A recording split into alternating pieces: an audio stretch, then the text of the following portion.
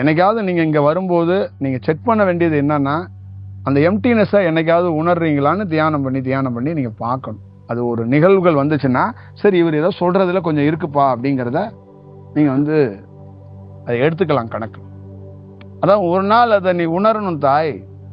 அதான் வந்துட்டு சொல்லியிருக்கல, ஒரு நாள் நீ அந்த எம்டினஸ்னா என்ன அப்படிங்கிறத ஒரு நாள் நீ உணரணும். இப்போ நீ இருக்கல தியானம் பண்ணுறல, தியானம் பண்ணும்போது என்னைக்காவது ஒரு நாள் தியானம் பண்ணுறதுக்கு முன்னாடி, இப்போ உன்னோட பேர் இளவரசி, தியானம் பண்ணிக்கிட்டு இருக்கும்போதே நீயே இல்லைன்னா அதுக்கு பேர் என்ன சொல்லு?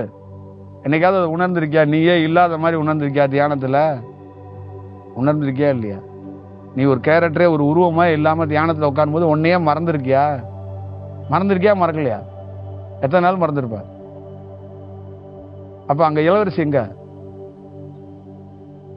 எங்கே இளவரசி உட்கார்ந்தால? இளவரசி எங்க?